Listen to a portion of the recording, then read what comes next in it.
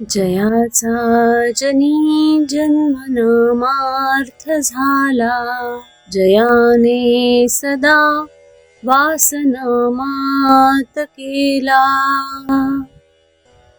जयाच्या मुखी सर्वदा नाम कीर्ती, नमस्कार त्या ब्रह्म चैतन्य मूर्ती.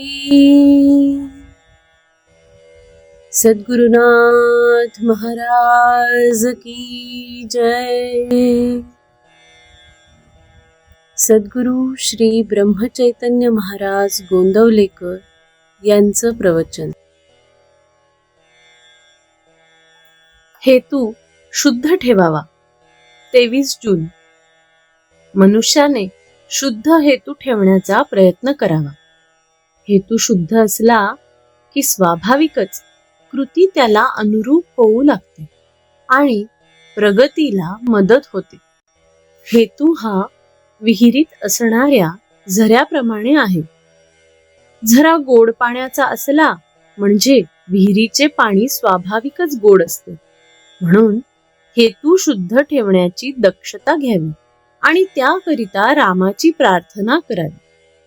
माणसाला देहरक्षणापुरते अन्न, वस्त्र आणि नाम घेण्याची बुद्धी असली की असमाधानाला जागा नाही. नको दैन्य वाणे जिणे भक्ती उणे, हेच रामरायाजवळ मागावे. पर्वकाळात भगवंत कामधेनूचा अवतार घेऊन येतो. जे ज्याला पाहिजे ते तो देतो. पर्वकाळात सज्जन तसेच दुर्जनही आपली कामे करून घेतात. जारण मारण ही देखील पर्वकाळात शीघ्र साध्य होतात. आपण मात्र भगवंताचे कसे व्हावे हे पहावे. शुभेच्छा धरावी, भावना जागृत करावी. काहीही कर, पण भगवंता तुझा विसर पडू देऊ नकोस, असे भगवंताजवळ मागावे. आजवर कळत न कळत जे पाप झाले असेल ते नाहीसे कर, पुढे पुन्हा नाही करणार, असे म्हणावे. म्हणजे मागली पापे नष्ट होतात. ज्याला विषयाची गोडी असते त्याला नाही परमार्थाची गोडी लागत. नरकातल्या किड्यांना नाही किळस येत. विषयी लोक प्रपंचात रंगून जाऊन साधू संतांची निंदा करतात. त्यांना मीच काय तो एक शहाणा मोठा असा अभिमान असतो. पण त्यांच्यापेक्षा लक्षावधी शहाणे आणि श्रीमंत जगात आहेत हे ते जाणत नाहीत.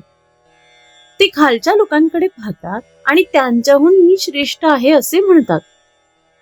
माझे चुकते आहे एवढे कळले तरी चालेल. विषयी लोकांना मला कुठे दुःख आहे असे वाटते. पण दारूप्रमाणे विषयाची धुंदी उतरली म्हणजे पश्चाताप होतो. देव आहे असे खऱ्या अर्थाने वाटणारे जगामध्ये थोडेच असतात. सद्विचार, सत्शास्त्र आणि सद्बुद्धी ही प्रत्येक माणसाला याच जन्मात भगवंताकडे नेण्यासाठी आहे. प्रपंचाचा अनुभव कष्टमय आहे, पण भगवंताचा अनुभव आनंदमय आहे. तापाने आजारी असलेल्या माणसाला आपल्याला घाम यावा असे वाटत असते, पण नुसत्या वाटण्याने काही तो येत नाही. त्यासाठी डॉक्टरचे औषध घ्यावे लागते. तसे ज्याला भगवंताचे प्रेम यावे असे वाटते त्याने नाम घेणे हेच एक औषध घ्यावे. भगवंताचे प्रेम एकदा चिकटले की त्याच्या आड दुसरे काही येत नाही. खाणीतल्या दगडामध्ये जसे सोने असते तसा आपल्यामध्ये परमात्मा आहे. दगडातली माती अनेक चाळण्यांनी आणि यंत्रांनी काढून टाकतात आणि नंतर सोने हाती लागते. त्याचप्रमाणे अनेक वासना नष्ट झाल्यानंतर परमात्मा आपल्या हाती लागतो. आपण मीपणाने मेल्यानंतर शेवटी परमात्मा प्रकट होतो.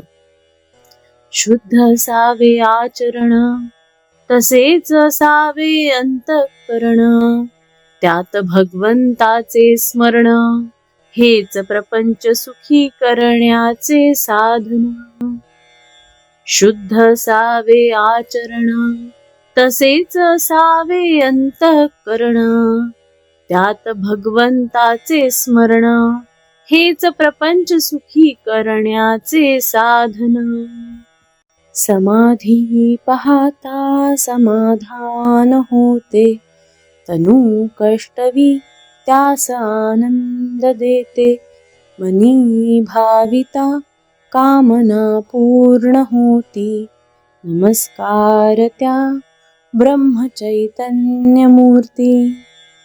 नामस्मरे निरंतर, ते जाणावे पुण्य शरीर. महादोषांचे गिरीवर, रामनामे नासती.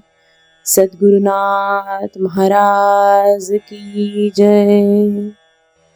श्री अनंत कोटी ब्रह्मांड नायक, राजाधिराज सच्चिदानंद सद्गुरु श्री ब्रह्मचैतन्य महाराज की जय. जय जय रघुवीर समर्थ.